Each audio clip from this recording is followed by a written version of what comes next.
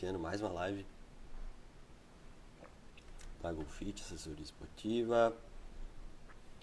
Hoje a gente vai falar com o Givago Ribeiro. Bom dia, a galera tá entrando. Esperar o Givago entrar aí pra gente poder conversar e falar com ele. Hoje vai ser bacana, Dia das Mães, né? E vou esperar ele entrar pra gente poder felicitar todos e todo mundo. Se vocês estiverem ouvindo aí, quem tá entrando, se estão ouvindo bem, se tá tudo bem, aí faz um legal, né? Essa questão do áudio, vídeo, se tá travando, se não tá travando.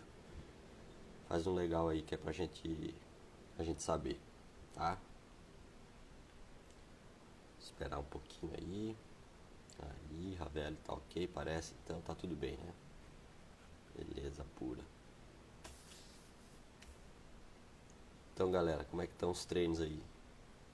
Se cuidando, treinando em casa, treinando na rua, tomando todos os cuidados. Como é que estão, no geral? Tudo bem? Eu tenho treinado na rua, mas estou indo sozinho, no máximo em dupla, né? Respeitando todas aquelas recomendações, né? Acho que é importante a gente sempre lembrar que dá para fazer, mas dá para fazer com algumas restrições, e isso é importante que a gente lembre. Mas como dá para ver, minha voz tô meio fanha, né? Então eu tenho sérios problemas com sinusite desde que eu vim morar aqui em Santa Maria, na região sul. E aí, ó, Feliz Dia das Mães, show de bola. Feliz Dia das Mães para todas elas, né? Eu vou esperar o Givago entrar pra gente poder felicitar aí as mães, né? Deixa eu ver aqui.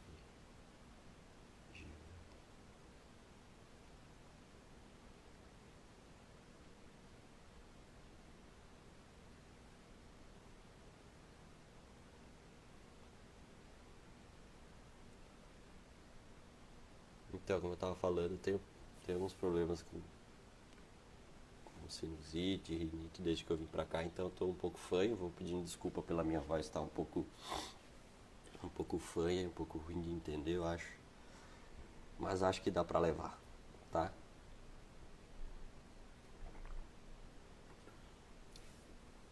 Eu vou pedir pro Xande ou pro Márcio, se puder entrar, dar uma chamada ali no WhatsApp do Givago. Aí, pra avisar pra ele. Mas ele falou comigo agora também, pra ele entrar aqui e a gente poder iniciar a nossa live. Aí o Cairan, o professor Márcio, a Adeli, Camila, Mara, a galera tá entrando aí pra acompanhar o nosso papo com o Givago.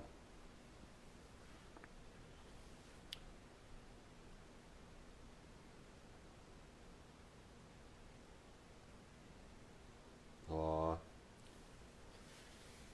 show de bola. Começando a esfriar também, né? Temperatura começando a cair, a gente tá um pouquinho sofrendo com essa queda de temperatura, então.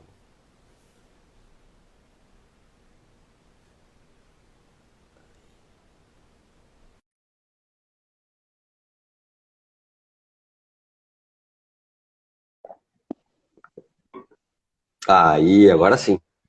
Grande Neto, Beleza, Givago, bom dia.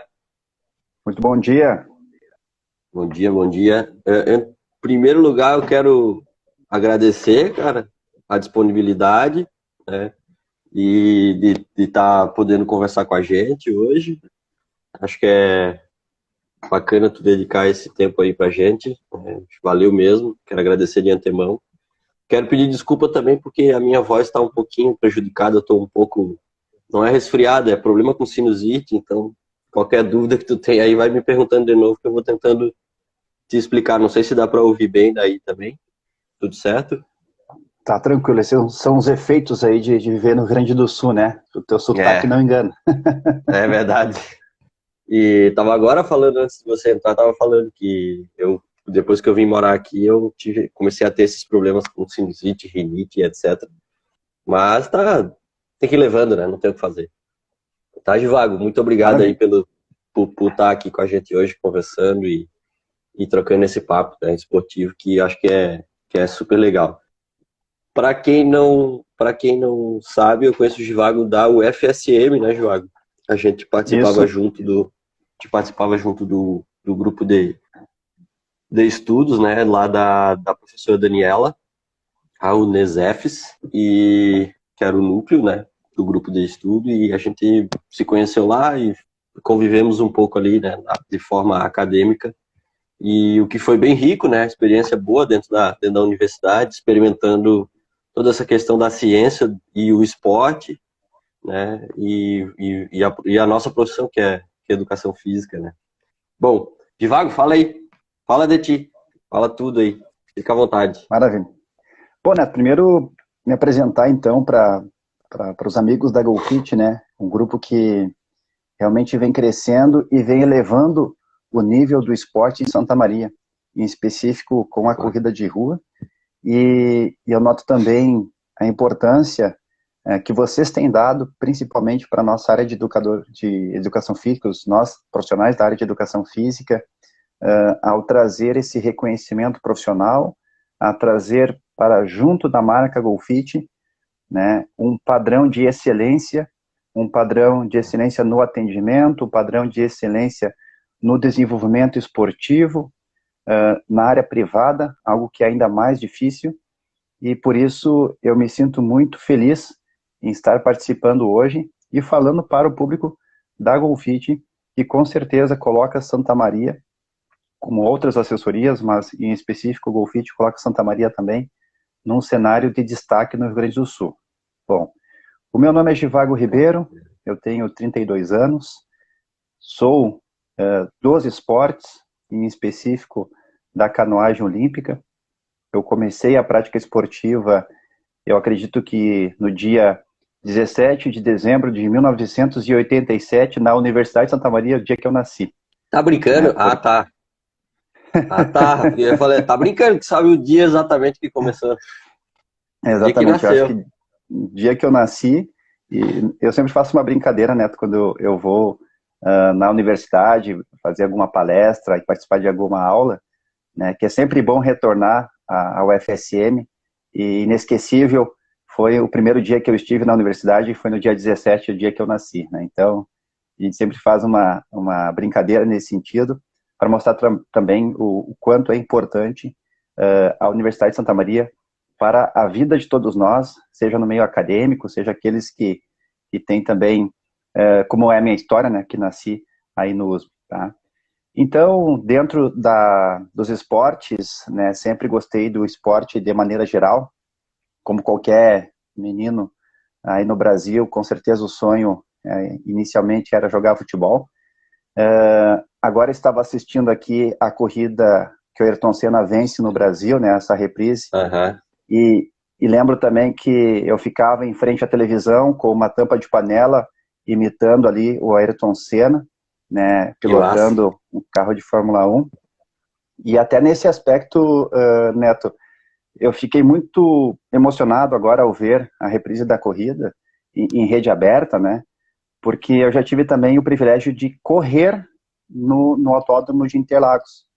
Eu já dei uma volta correndo lá dentro, É. né, num Correndo ou evento, correndo de carro? correndo Correndo. a pezito.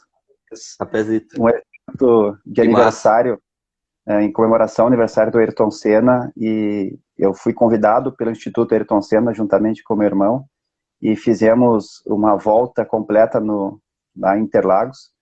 Eu lembro que eu pude largar ao lado do Vanderlei Cordeiro de Lima, e Nossa. o meu objetivo era tentar andar pelo menos 500 metros ao lado dele, e eu acho que eu andei 10 metros e ele já começou 10 a tomar metros. distância.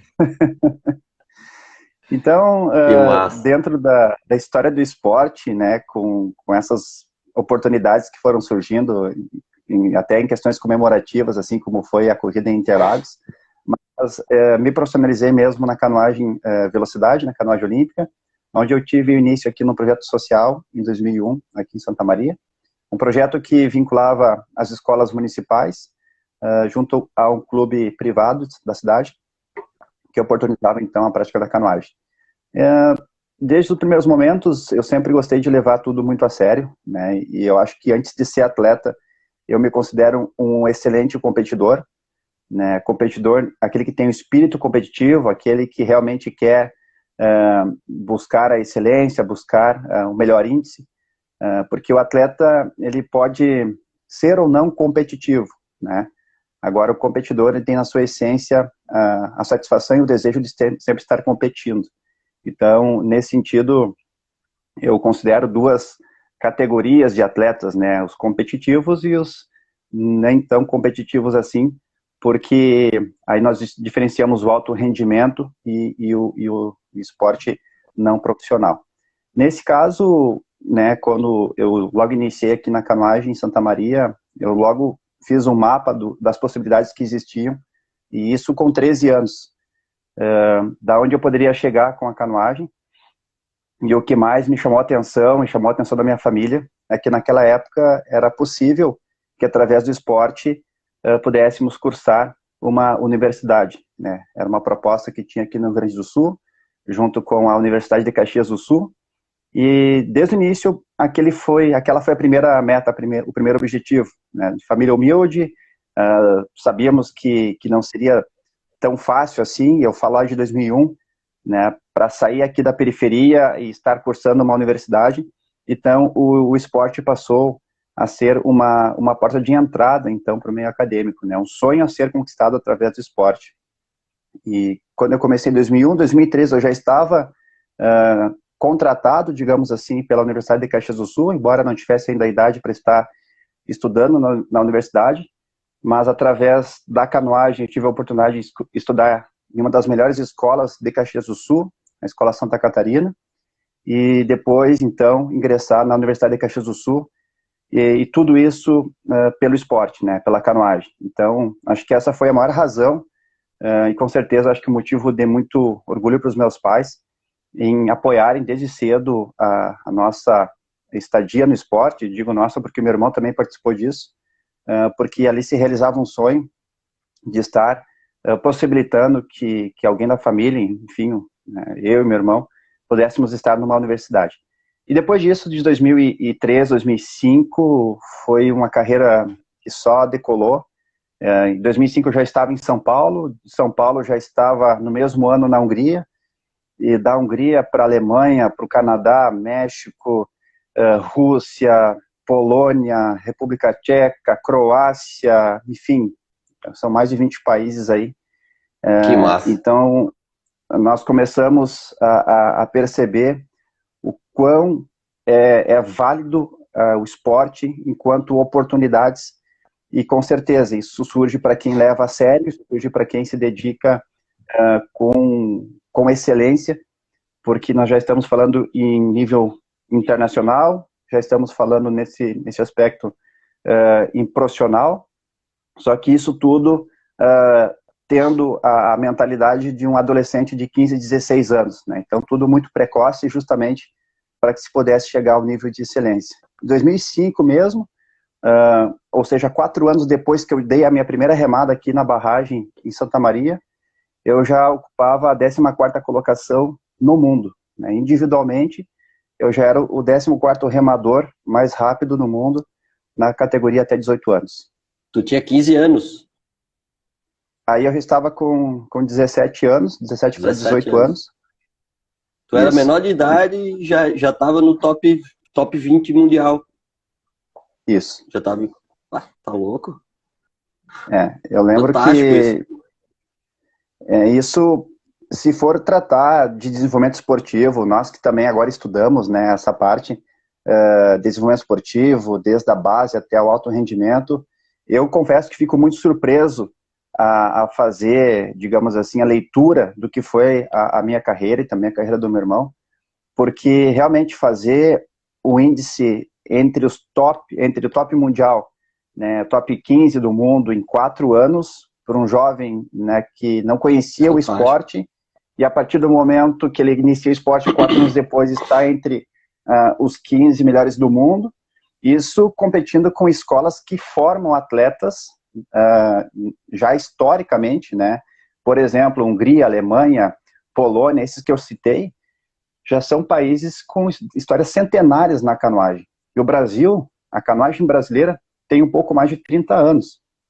Então, isso é uma coisa que eu venho pesquisando hoje, Neto, e estudando, inclusive, a questão da vocação, não só que eu, né, tenho, juntamente com o meu irmão, pode ser uma questão genética até mesmo, mas uma vocação que nós temos em Santa Maria para se desenvolver através dos esportes. Porque a canoagem é um exemplo, mas posso citar também o judô, posso citar também o futebol, entre outros atletas que saíram de Santa Maria com destaque internacional, e às vezes considerando inclusive as estatísticas, né, que demonstram que é necessário um maior tempo de preparação, um maior desenvolvimento do esporte escolar, e contradizendo tudo isso, aqui a gente consegue ter vários talentos sendo revelados. Na canoagem não foi diferente, né? A gente conseguiu chegar no ápice mundial, 2 pré-olímpicos.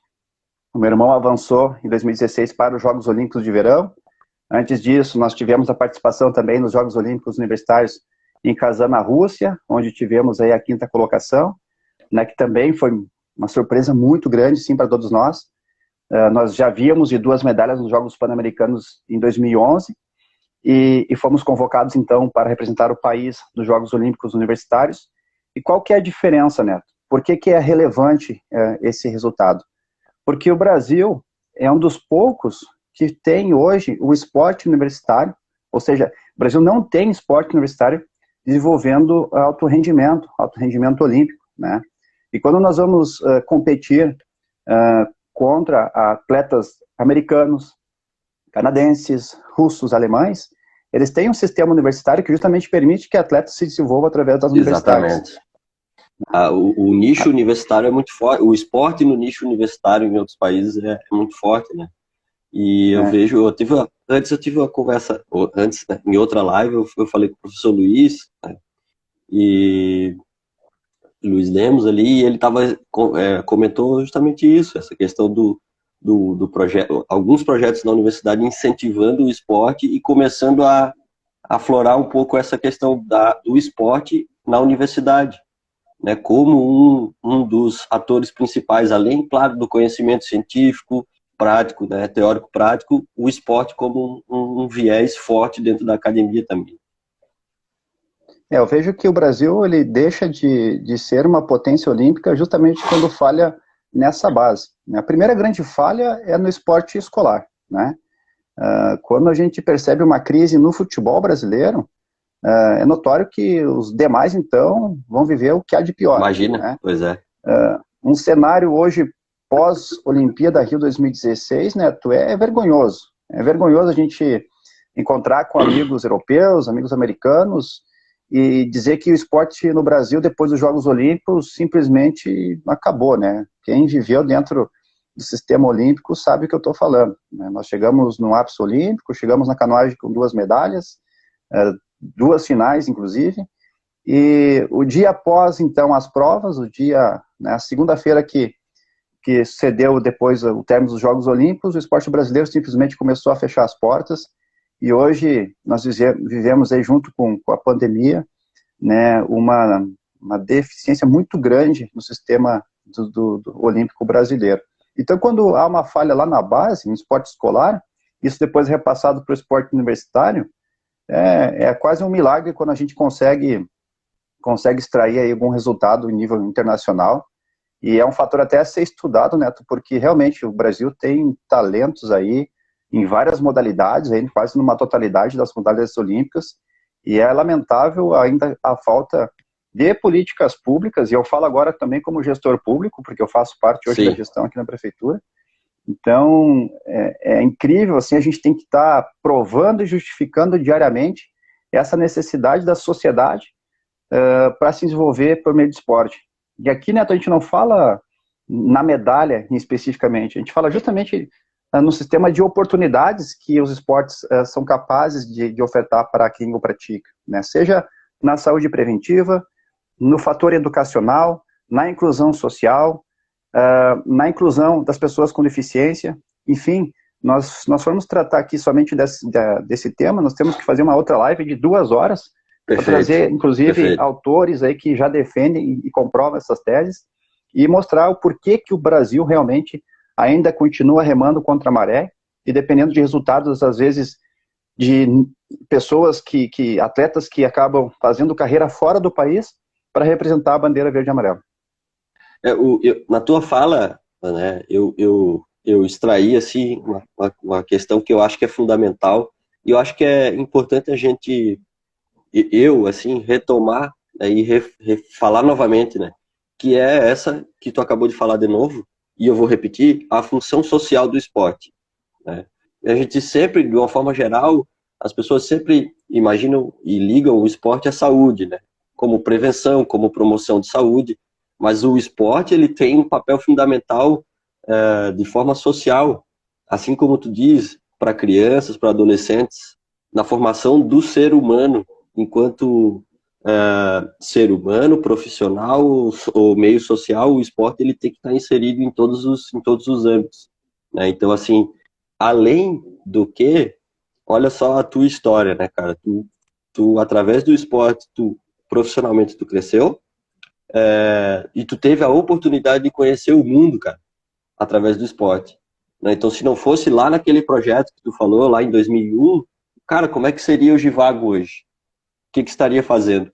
Então, se tu pega a tua história e a gente consegue extrair isso, a função social do esporte na tua vida, cara, top. Agora, se a gente consegue, de uma forma ampla, né, e macro, multiplicar isso, imagina quantos Givagos iriam aparecer, né? Quantos Givagos iriam estar por aí.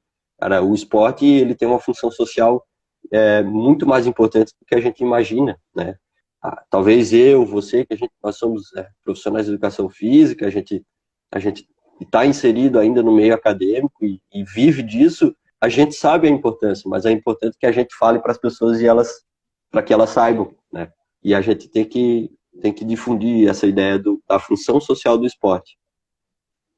Esse é um tema que eu chego a me arrepiar aqui, Neto, falando, porque nós vivemos e eu ainda vivo isso no meu dia a dia, né? Porque aqui na comunidade do bairro Campestre, onde eu faço questão de permanecer, muitas pessoas perguntam, mas depois de tudo isso, depois de toda essa volta ao mundo, tu volta justamente para a tua comunidade, não quis ir morar no centro ou algo parecido? Eu digo não, porque foi justamente nesta comunidade que eu tive as oportunidades necessárias para ingressar no esporte. Essa comunidade aqui me abraça todos os dias, e é nesta comunidade hoje que nós temos o Projeto Remar, que há mais de 10 anos estamos aqui, como eu digo, devolvendo, retribuindo tudo aquilo que nos foi dado em termos de oportunidades, né? Então, nosso projeto aqui, ele atende anualmente 40 jovens, meninos e meninas dos 9 aos 16 anos, justamente, Neto, nessa proposta de esporte educacional.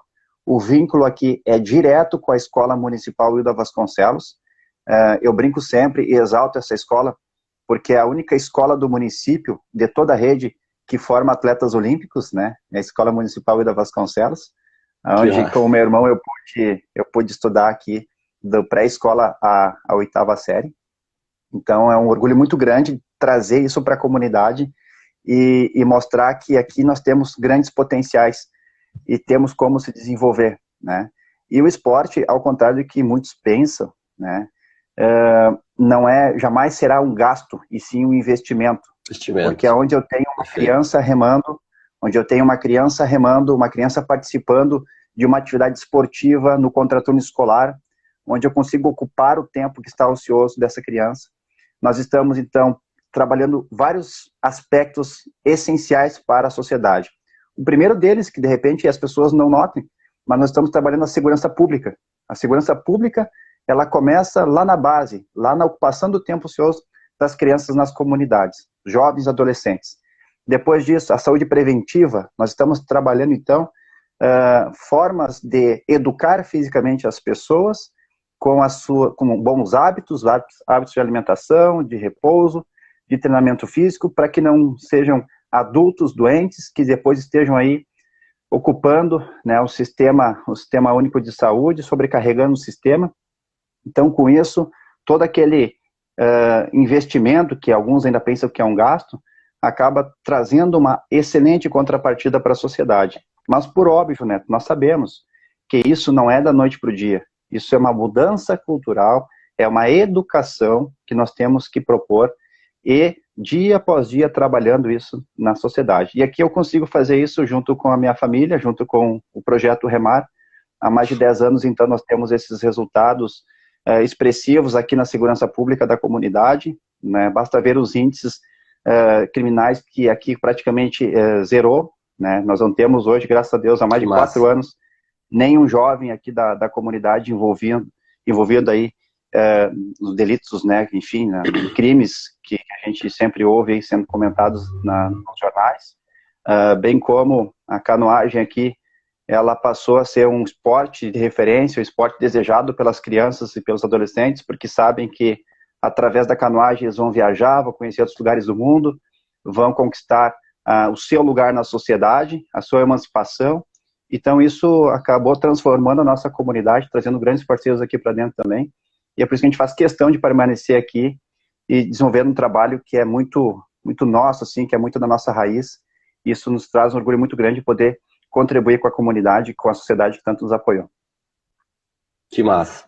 Show de bola. E, Givago, me fala, assim, do teu irmão. Como é que é... Porque, assim, é legal a tua história como atleta, né? Mas tu poder compartilhar isso com um irmão é quase ímpar, né? Porque vocês dois têm uma história como atleta, né? Tanto você quanto ele. Mas, assim, dificilmente você tem duas pessoas da mesma casa, dois irmãos, né, unidos pelo esporte, pela vida, óbvio, pelo esporte, e traçando um caminho junto, né? Então eu queria que tu falasse um pouco como é que é essa relação com teu irmão e como é que foi essa trajetória esportiva dos dois, assim, né? Como é que um foi puxando o outro, um às vezes queria desistir, o outro não, vamos junto. Como é que é essa relação entre vocês? Até eu vou aproveitar e fazer uma brincadeira, depois ele vai lá assistir a live também. Parabéns para ele, né? Tava de aniversário dia 8 de maio agora, 31 Opa. anos. Ele que me chamava do irmão mais velho, agora está junto comigo aí do lado dos mais velhos também. Agora estamos juntos, eu com 33, ele com 31, tá na turma dos 30, e quase na categoria Master. Trintou, né? Trintou, agora vai. Então, assim, quando eu falei lá no início, que eu acho que antes de atleta, eu me considero um excelente competidor, é justamente porque, como a diferença de idade minha e do meu irmão é de 1 ano e meio, é uma pouca diferença, então a gente sempre regulou, né, fisicamente, questão de estatura, então nós sempre fomos muito rivais um do outro, não inimigos, eu digo rivais. Sim, né? sim. A gente sempre pôde já competir em casa com tudo, assim, brincar de ir para a aula era para ver quem chegava primeiro correndo. Né? As nossas brincadeiras sempre tinham algum desafio, né? Tentar atravessar o rio, né? Pular o rio, assim, tem um rio próximo aqui de casa que abastece a barragem, e, tipo, praticando salto em distância, de uma margem a outra sem cair dentro do rio, né? Olha, absurdo isso aí, né? E nós brincávamos disso, né? Para ver quem era o primeiro a subir numa árvore, tinha uma ameixeira aqui, então nós marcávamos o tempo, tinha um reloginho para ver quem subia mais rápido na árvore. Aí uma vez o meu irmão subiu e despencou da árvore e ficou preso numa forquilha, quase se enforcou lá. Nossa. Então a gente... Só coisa saudável. Quando tinha enchente aqui no rio, quando a mãe não estava próxima, assim, a gente se atirava no rio para ver quem descia primeiro na enchente e o desafio era não passar da ponte, porque se passasse da ponte ia parar na barragem de água abaixo, né? Então, só brincadeira saudável, assim, e sempre só coisa boa. Com um desafio, com alguma, para ver quem vencia, para ver quem fazia o melhor tempo. E quando chegou a fase de praticar a canoagem, que ele também entrou junto comigo, o desafio era esse, era o mesmo, era ficar brincando para ver quem chegava primeiro, para ver quem remava mais forte. Então a gente sempre incentivou muito um ao outro e motivou muito ao outro através da competição, né? De forma saudável, como eu disse, adversário não é inimigo, né? Muito pelo contrário, excelentes competidores têm excelentes adversários, é isso que o esporte ele nos ensina, né? Então eu tinha uma motivação dentro de casa para estar competindo, né? Então, indiferente de qual fosse a modalidade, eu acho que isso foi com certeza um dos segredos, assim, tanto meu quanto do meu irmão, por tão precocemente ter conseguido conquistar aí o espaço no esporte profissional e ter se desenvolvido junto, né? Só que a gente ficou de 2001 até 2011 sem poder competir juntos, eu digo na mesma embarcação, porque essa diferença de 1 ano e meio nos deixava em categorias diferentes. Categorias diferentes. Então a primeira oportunidade que a gente teve de competir juntos aconteceu 10 anos depois que a gente iniciou a canoagem, aconteceu em 2011. Então foi a primeira vez que a gente colocou um barco duplo na água para remar oficialmente juntos, né, representando o país, e foi onde nós conquistamos aí nos Jogos Pan-Americanos 2 medalhas de bronze, depois o 5º lugar nos Jogos Olímpicos Universitários em Kazan, e competimos mais uma temporada juntos, ganhamos 2 campeonatos nacionais também, na sequência, e depois, por volta de 2015, eu me especializei numa distância, ele na outra, né, foi daí onde ele avançou para os Jogos Olímpicos, e na minha melhor fase, eu decidi que era o momento de parar, porque justamente eu estava, como irmão mais velho, né, já percebendo que a estrutura no Brasil não teria continuidade após os Jogos Olímpicos, né? Então foi uma decisão difícil, mas eu não me arrependo e creio que tenha sido a melhor decisão da minha vida, porque hoje, se nós estamos aqui falando de um processo de continuidade, de um processo que se reinicia em Santa Maria com nosso trabalho aqui na Sena, foi porque em 2015 eu tomei essa decisão e porque o meu irmão também conseguiu avançar para os Jogos Olímpicos, né? Então, essa parceria, essa irmandade foi com certeza um dos segredos aí para que a gente pudesse ter avançado muito longe, muito além no esporte aqui na canoagem. Que massa. E, cara, eu acho que é um privilégio, né? Assim, poder ter o irmão junto e traçar essa história junto, essa carreira junto. Eu acho que eu gostaria de ter essa oportunidade. Não tive, não tenho, assim, mas eu gostaria de ter. Eu acho que é um privilégio. Dois irmãos traçando junto. Como é que era para os colegas, assim, de seleção brasileira, porque sabe como é que é irmão, né? A gente briga a cada 5 minutos e faz as pazes a cada 5 minutos normal, também, né? É isso aí. Então, a gente amanhecia já brigando, assim, mas brigando coisa de irmão mesmo, né? E sempre muito parceiro, sempre se ajudando muito, né? Então nós criávamos uma confusão na cabeça dos nossos colegas, porque eles nunca sabiam se a gente estava brigado, se a gente estava na paz, tá tudo bem ou tá tudo mal, né? Os caras não entendiam. Na verdade, estava sempre na paz, né? Que era uma forma que a gente tinha, assim, de ser muito autêntico, muito real um com o outro, até porque nós tínhamos essa intimidade, né? E isso foi importante para nós também em seleção brasileira, porque nós nos mantivemos na seleção brasileira por mais de 12 anos, né? Imagina uma seleção que oscilava o número de vagas de 4 a 6 participantes, né? E dentro dessas vagas, 2 eram nossas, né? Então vocês já estavam dentro. Porque justamente a gente conseguimos nos manter em alto nível por conta dessa saudável rivalidade, né? A nossa vantagem, por exemplo, quando nós saímos em temporada de férias, que nós voltávamos para Santa Maria, meu irmão e eu continuávamos treinando juntos aqui. Então eram 2 no mesmo nível de seleção treinando juntos. Então cada vez que nós voltávamos para a pré-temporada na seleção brasileira, nós voltávamos ainda mais fortes, né? Porque dávamos continuidade ao processo aqui. Então, isso com certeza é um motivo de muito orgulho, como tu disse, competir junto, né?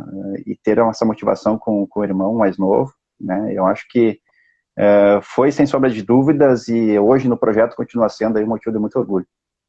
Não, isso é fantástico, cara. É um privilégio de poucos, assim, ter essa parceria com o irmão e poder compartilhar momentos que com certeza, cara, com certeza nunca serão esquecidos, né? Isso aí é fantástico.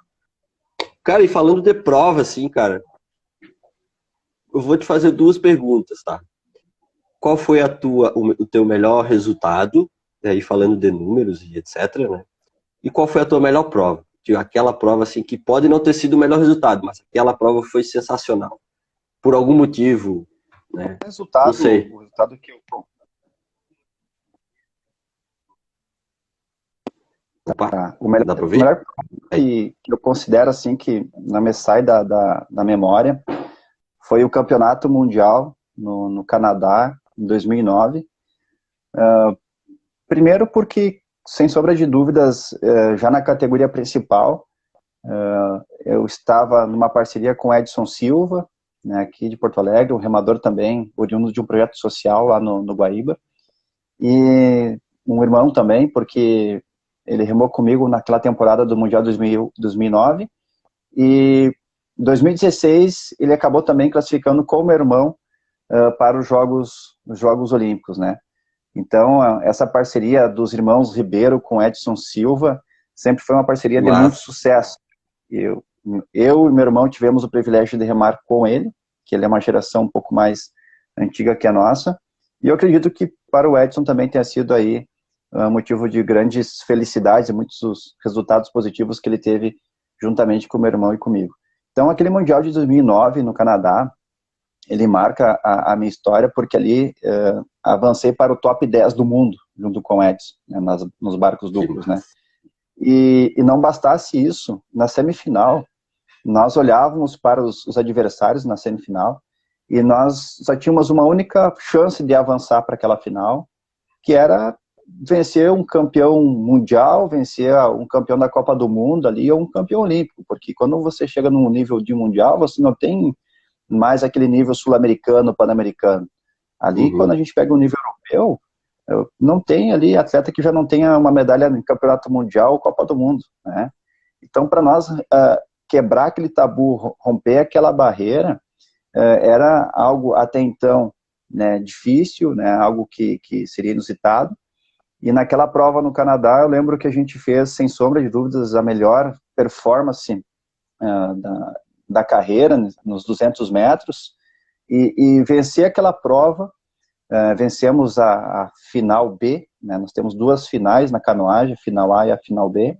Uma faz o ranking mundial do primeiro ao nono e o outro do 10º ao 18º lugar para o ranqueamento geral, né? Então nós vencemos a final B, né? E o nosso tempo nos qualificaria na final A justamente entre os 6 do mundo, né?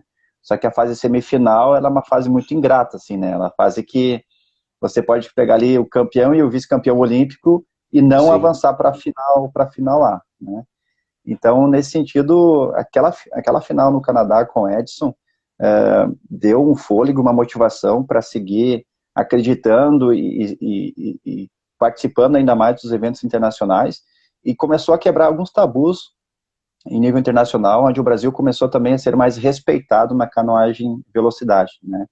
Na canoa também, naquela época, já começaram alguns resultados expressivos nas finais, resultados esses que depois, agora em 2016, transformaram-se em medalhas olímpicas com Isaquias Queiroz, né? Então, ali era a nova geração assumindo o seu lugar no cenário mundial, uma geração que Uhum. vem depois da história do Sebastião Quatrin, que foi um grande atleta brasileiro, sem sombra de dúvidas, um dos maiores da história, e nós tínhamos, então, essa responsabilidade de trazer uns resultados, né, com a nossa geração. Mas, sem sombra de dúvidas, assim, essa foi a maior prova oficial em nível internacional. Mas, para mim, na minha vida, assim, a melhor competição que eu tive foi uma seletiva no Canadá, em 2010, se eu não me engano, 2010, 2011. Depois eu me recordo da data. Aonde eu tinha, não, desculpa, era 2008, onde nós estaríamos disputando o pré-olímpico, tá? Valendo vaga para Londres. E naquela época o Sebastião Quatrin ainda estava na ativa e com certeza era um favorito para estar em mais uma edição dos Jogos Olímpicos. E nós tínhamos, né, uma única oportunidade de estar no pré-olímpico, representando o país no K1, que é a modalidade individual, que era superar, então, o Sebastião Quatrin, né? E eu tive essa oportunidade no Canadá em fazer uma seletiva, e sempre respeitei muito o Sebastião, sempre tive ele como grande ídolo, né? Eu acredito que o Brasil hoje deve muito ao que ele construiu no esporte brasileiro, acima de tudo por ser um exemplo de atleta, um cara determinado, e difícil de ser batido, né? Passou mais de 10 anos aí invencível no país.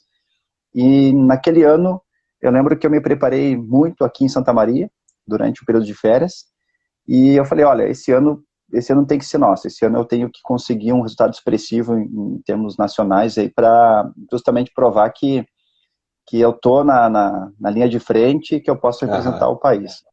Então, naquela seletiva, só tinha uma oportunidade, que era vencer ele, e além de vencer, fazer um ótimo índice para representar o país no pré-olímpico, né? Então, eu pude vencer ele nos 1.000 metros, numa disputa mano a mano, ou seja, não tinha outro adversário na água, era somente nós dois. E quando eu venci os 1.000 metros, eu pensei que já estivesse pronto, classificado, e claro, respeitando a história dele, o treinador também queria outra prova, né, de que eu estava preparado para isso. Ele pediu uma segunda corrida, então, já nos 500 metros, e é onde eu pude novamente surpreender e superar ele nos 500 metros, vencendo as duas provas e não restando nenhuma dúvida, né. Então, isso foi uma prova, né, em caráter interno, assim, que eu pude participar, que eu tive a honra de mostrar que eu estava já no nível do Sebastião Quatrin, né? Então isso para mim foi um motivo muito orgulho, porque quando eu comecei na canoagem, o Sebastião era e foi com certeza um grande ídolo da geração, e naquele momento, né, passa um filme na nossa cabeça, né? Eu conheci ele só pela televisão, e foi um grande colega de treinamento, e naquele ano consegui então superar o índice que ele tinha marcado. Foi motivo de muito orgulho, né? E eu não comemoro o fato de ter vencido ele, não é isso que eu comemoro. Eu comemoro o fato de ele ter sido alguém que motivou uma geração inteira e que naquele momento nós, graças à motivação que ele passou para nossa geração, eu consegui ali estar, né, quebrando um tabu e acreditando ainda mais no potencial que nós tínhamos para o esporte. Não, muito legal a história essa com ele. E, e mais uma vez o esporte te coloca em um lugar assim top, né? Porque tu admira o cara que tu via pela TV, que tu admirava, de repente o cara tá ali do teu lado, né? Sim. Tu teve a oportunidade de estar com ele, enfim, o esporte acontecem coisas assim magníficas, né, cara, do esporte. E aí mais Isso é uma história fantástico. também que foi legal lá no Canadá, que eu fiz uma volta correndo no circuito de Fórmula 1 ali, né, de Montreal, que bem ao lado do circuito tem a raia olímpica, né? Então eu aproveitei, ó, como eu gosto de correr em circuito, né? Já aproveitei de uma volta correndo ali no circuito de Montreal, foi bem legal também. Quando assisto Fórmula 1 agora, eu fico vendo os carros passando naquelas curvas, né? E todas aquelas eu consegui Já fazer passei correndo. ali, o cara pensa, já passei ali, né? O cara pensa, Essa que eu tava mais devagar, né? um pouquinho só um pouquinho. Divago, e me diz assim, cara, como é que a, a educação física entrou na tua vida? O esporte entrou lá quando tu tinha 13 anos, né? Lá em 2001 e etc. E a educação física, cara, quando é que tu se deu conta, assim, de que, tipo, eu preciso tornar isso minha profissão, né? Como é que foi não escolher, porque talvez escolher a educação física tenha sido um pouco fácil pela vivência no esporte, né? Mas assim, quando é que foi o estupim que tu pensou assim, puxa, eu quero viver disso aqui, eu quero me profissionalizar, e a partir disso tu tomou essa iniciativa de fazer a graduação em educação física, né? Depois, enfim, né? E aí, depois a gente se conheceu na universidade também, né? E aí, Sim. como é que foi para ti? Quando eu decidi cursar educação física, foi quando eu percebi que para que eu pudesse ajudar outras pessoas no esporte, que eu pudesse ajudar outros atletas, para que eu pudesse formar uma nova geração, seria essencial ter essa capacitação junto à educação física, né? É inaceitável que hajam ainda treinadores que não estejam capacitados, né, junto ao curso de educação física, mas eu acredito que isso tem mudado ao longo do tempo. Então, eu vejo que graças ao curso de educação física, graças a essa capacitação, a tudo que eu pude aprender nos estágios, né, isso me ajudou também a quebrar um grande tabu, porque muitos pensam que por ser um bom atleta, por ter medalhas em nível mundial, olímpico, você se tornará um grande treinador, né? Isso acontece no futebol, né? Grandes atletas tentam carreira como treinador, mas acabam percebendo a necessidade aí de ter uma capacitação acadêmica para que consiga realmente Perfeito. capacitar ainda mais, né, atletas e trabalhar com esportes. Então, desde o início, quando surgiu a proposta de estar na Universidade de Caxias do Sul, lá na UX, eu não perdi tempo e já iniciei, então, a minha formação, né, inicialmente na licenciatura, onde eu tive uma experiência com as escolas que, para mim, foi a maior experiência da minha vida, porque quando a gente trabalha com crianças, né, a gente vê que há uma necessidade muito grande, né, de fazer esse trabalho em parceria com as demais disciplinas, com toda a rede de ensino que envolve a escola, né, e entendendo o fator, né, como é importante a educação física escolar, isso nos torna, acho que é uma profissão muito digna, assim, e eu me senti muito feliz em estar nas escolas fazendo aquele trabalho. E depois, no bacharelado, foi justamente onde a gente consegue dar aquele foco específico, né, na formação do atleta, no trabalho, né, na performance física. E também eu fico muito feliz hoje em ter essa capacitação, porque é o que me dá toda a sustentação para que esse trabalho aqui na cena seja desenvolvido, né. E quando eu passei, então, após a formatura, a viver também o lado, posso dizer, político também da nossa profissão, né, junto aos conselhos, junto à legislação, enfim, a tudo que envolve a educação física, eu percebi ainda mais a necessidade da gente exaltar a nossa profissão, de nós defendermos a nossa profissão, né, defendermos a formação acadêmica no meio da educação física, tanto escolar quanto no bacharelado, né, licenciatura e bacharel. Então, eu comecei a me envolver bastante também nesse aspecto, porque nós ainda somos novos, posso dizer assim, reconhecidos, né, como profissionais aqui no Brasil. Então, eu acredito que nós temos que, sim, insistir em deixar também um legado junto aos novos educadores físicos que estão aí anualmente se formando, tanto aqui na Faculdade de Centenário, na Universidade Federal, lá na UBRA, enfim. Então, acho que esse é o nosso papel. Por isso que hoje eu me sinto assim, eu sou muito realizado profissionalmente e tenho muito orgulho de dizer que sou educador físico, profissional de educação física, né, e sou, né, da área da saúde. Acho que isso sem sombra de dúvidas, algo de muito orgulho. Faço isso com muito amor e o esporte com certeza me ajudou a tomar essa decisão. Ah, que massa. Essa fala tua me lembra a minha também, assim, minha escolha e a minha decisão de ser profissional de educação física. Eu não tenho uma história assim tão brilhante no esporte, né? Na verdade eu nunca fui um esportista assim tão bom, mas eu simplesmente tinha uma paixão. Eu tinha paixão pela profissão, entende? Então fiz, me formei, depois eu vim da Paraíba para cá, fiz pós-graduação aqui, tive a oportunidade de estudar ali na Federal, conheci um monte de gente boa, inclusive você, né, que a universidade me proporcionou conhecer muita gente. E eu acho que, assim, ó, na minha profissão, na nossa profissão, né, o meu ponto de vista é que a gente subestima muito a educação física, né, as pessoas no geral, inclusive a gente mesmo, profissionais, a maioria dos profissionais, a gente subestima.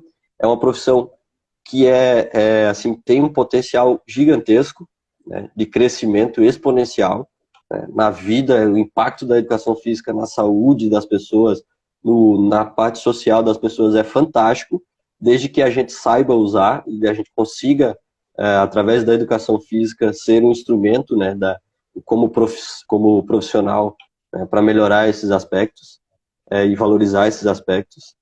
E uma coisa que eu acho fantástico também, que eu venho acompanhando desde o ano que eu me formei, é como a educação física, de uma forma global, e pelo menos eu percebo isso, ela tem avançado junto com a ciência. Então a ciência do esporte ela tem avançado cada vez mais, e a educação física vem se aprimorando nesse sentido. A gente está trabalhando muito mais na base da ciência, do que na base do achismo, do que na base do que eu fiz e deu certo, pode fazer também que vai dar. Então a gente percebe que a ciência tem tem nos dado essa sustentação, e eu vejo que os profissionais que estão saindo da academia, no geral, eles têm esse embasamento científico, e eu acho que isso é fantástico, porque a gente começa a trazer, tirar da ciência, da teoria, aplicar, perceber que tem resultado ou não tem resultado em todos os âmbitos da educação física. Então, assim, eu também, como você, sou, assim, eu me orgulho muito de ser educador físico, né, de ser profissional de educação física, vivo isso, vivo disso e vivo isso no meu dia a dia, porque eu sou atleta amador, né, a gente tem a GoFit, que é uma assessoria que trabalha com atletas amadores, né, e a gente vive disso e vive isso, né, é o nosso dia a dia, é a nossa vida. Então eu sou feliz demais também por ter a oportunidade de viver o esporte, né, e do esporte. Muito Isso bacana. que tu comentou, como eu disse lá no início da nossa live, né, esse trabalho feito com amor, com dedicação, com exclusividade, né, não tem hora, né, o educador físico, ele não bate ponto, como eu digo, né, se o aluno desejar treinar às 5:30 da manhã, com certeza vai ter um profissional para atender ele nesse horário, né. É Se verdade. tem um evento lá no Alasca, uma travessia, uma corrida, uma remada, vai ter um profissional de educação física doido da mesma forma para estar lá junto, Alguém né, vai estar lá, apoiando, assessorando, né? Então isso nos mostra que eu sempre digo, né, a minha profissão é uma profissão muito humana, né, muito orgânica, né, é de pessoa para pessoa, né, nós não tratamos com máquinas, nós não tratamos ali de uma linha de produção. Nós, ao prescrevermos um treino, nós temos que ter uma percepção, inclusive, do emocional do nosso aluno, do nosso cliente, né? Nós temos que ter uma certa também intimidade, muitas vezes, para saber como tratar cada caso, né? Que muitas vezes não é simplesmente baixar o índice nos 5 quilômetros, nos 10 quilômetros, fazer a TTT, a meia maratona de Porto Alegre. É tudo que envolve o desejo do nosso aluno, do nosso corredor, do remador, enfim, naquele evento, né? Eu acho que nesse aspecto, Neto, é muito mais fácil tratar com um atleta profissional. Por que é mais fácil? Porque eu sei que o objetivo específico do atleta profissional é a medalha de ouro, e está resolvido, né? Então, todos os atletas profissionais, eles dedicam o seu tempo, o seu trabalho a isso. Agora, o atleta amador, nós temos ali dos mais diversos objetivos. Muitos vão desejar muitos vão desejar completar a meia maratona de Porto Alegre. Isso será uma vitória para a vida dele. Ou a maratona de Londres, ou a volta da Pampulha, ou uma volta correndo em Interlagos, como uma realização pessoal, uma superação pessoal. Então eu vejo como é muito mais complexo, inclusive, esse trabalho junto com o esporte amador, que cada aluno / atleta vai ter uma necessidade diferente, um objetivo diferente e uma forma de buscar isso, né? Então, ninguém melhor que o profissional de educação física, com essa visão humanista, com essa preparação, com esse embasamento científico, né, para tratar da condição física, muitas vezes da condição psicológica dos nossos alunos, dos nossos atletas, clientes, enfim, né? Então, isso que eu fico muito feliz em saber que nossa profissão ela é tão ampla, ela tem justamente um resultado que pode transformar a vida de uma pessoa para muito melhor, muito melhor. A gente fica vendo as imagens aí do grupo, né, GoFit, quando está participando de grandes eventos, a TTT, ou então eventos internacionais, enfim, e o quanto aqueles alunos trazem de mensagem para todos nós, justamente porque não são atletas profissionais, né? Porque estão fazendo aquilo ali não por uma obrigação, por um patrocínio, por uma remuneração. É porque justamente amam o que fazem e acreditam aí nesse grande time aí que a GoFit formou para prestar essa assessoria para aquelas pessoas buscarem realizar os seus sonhos no esporte. Ah, que massa. É bom ter essa visão de quem tá observando assim um espectro diferente, né? Porque isso que tu falou é legal de ouvir, porque assim, ó, é tão humano o nosso trabalho. Claro que a gente vive disso, né, cara? É a nossa profissão, né? Antes de tudo, assim. Mas é tão humano o nosso trabalho, cara, que assim, cada conquista de um aluno nosso, seja ela qual for, seja em termos de performance, ou seja simplesmente aquela pessoa que não conseguia correr e passa a correr, tanto que eu chamo os meus alunos de filho, né? são meus filhos, sabe? Então, assim, a alegria do professor, do treinador, é tamanha, tanto quanto de quem está conseguindo. Então, assim, a gente consegue viver através das pernas dos nossos alunos, entende? É como se eu estivesse correndo lá com ele, sabe? Quando o cara se lesiona, eu fico inquieto, eu fico sem dormir porque eu estou preocupado com o cara que está lesionado, né? Então, são coisas assim de um cuidado, de um carinho que transcende simplesmente a assessoria em corrida, né? A gente começa a criar um elo assim muito mais pessoal, muito mais humano. E eu sou por isso que eu sou muito grato assim ao que eu faço, cara, porque cara, eu vivencio experiências que são muito legais assim. E eu tenho certeza absoluta que por toda a tua fala, né, em toda a tua história, no projeto, nos projetos que tu teve inserido, no teu aqui, né, no Campestre, tu tem essa mesma sensação. Cada criança, cada menino, cada adolescente que está remando é como se fosse você lá, né? Então eu tenho muito orgulho, assim, sou muito feliz, né, de poder viver e vivenciar isso e também, cara, de conhecer pessoas como você que são inspiradoras, né? Dentro da nossa profissão, tu é um cara diferenciado, né? Então eu sou bem feliz por estar compartilhando aqui esse momento contigo, é muito legal. Eu acho que a gente nunca conversou tanto, né? Mesmo a gente se conhecendo pessoalmente, acho que a gente nunca se conheceu tanto como hoje. Então é bem bacana mesmo. É verdade. E aproveitando, Neto, aqui eu acho que, não sei se tu me permite quebrar o protocolo, À mas vontade. chegando aqui algumas perguntas na live, né? Aham. E o Xande, grande Xande, também parceiro, ele fez uma pergunta aqui que eu acho que é importante eu responder, como todas são também, né? Como foi a adaptação, né? Do esporte em si, agora trabalhando também junto à gestão pública, né? Frente à Secretaria de Esportes aqui do município, Pode. né? Eu vou E, só te interromper um segundo, que na verdade esse ponto ele acabou perguntando e era uma questão que eu levantaria agora, esse assunto do setor público, como é que foi para ti, ótimo. então aproveita e já emenda aí. Tá. Ok, então Fica à assim, vontade. agradecer ao Xande pela pergunta e ele também já teve uma experiência também junto à gestão pública aqui do município, né? E para mim é um desafio dobrado, né? Por quê? Porque eu iniciei o esporte aqui em Santa Maria. Eu iniciei em 2001 aqui no projeto social. E eu sei tudo que faltou, né? E ainda falta para que uma criança, um adolescente realize o seu sonho no esporte, a começar aqui pelo município, aqui por Santa Maria, né? Então, eu me coloco uma responsabilidade dobrada nesse sentido, porque eu tive que passar por tudo isso, e quando eu falo, né, em passar por tudo isso, às vezes ter que viajar até Porto Alegre, e isso lá no início, e tá a mãe aqui pintando pano de prato, fazendo rapadura, nós batendo de porta em porta para vender rapadura, para conseguir um dinheiro e comprar uma passagem e ir até Porto Alegre competir lá no Grêmio Náutico União, né?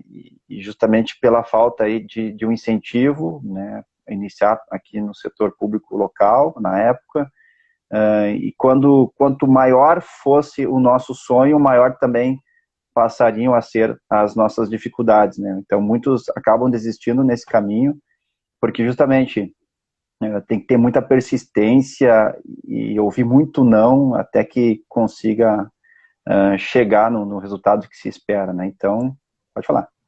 Vou te interromper. A live cai com 1 hora, então quando der 1 hora de live, aí ela vai cair, aí eu vou salvar, ela vai ficar disponível e eu vou iniciar outra, tá?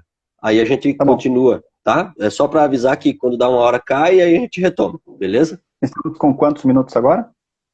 A gente tá com 59 minutos e meio. Aí vai dar 1 hora de live, ela vai cair, tem uma contagenzinha, aí ela cai e depois a gente retoma. Eu reinicio outra e a gente continua, tá? Mas Ó, pode a ficar à gente vontade. volta o encerramento e liberar o pessoal para almoçar com as mães também, Tá, né? beleza. Tá. Então, vamos. Relação, então, né, ao trabalho junto à gestão pública, né, também ao meio político, a responsabilidade é dobrada, porque justamente a gente sabe o que é necessário ser feito e a gente sabe também que as decisões não podem ser tomadas da noite para o dia, né. O meu cargo hoje ele não me permite uma tomada de decisão direta. Eu sou profissional de educação física hoje dentro da Prefeitura Municipal, né? Como superintendente, eu tenho que fazer assessoria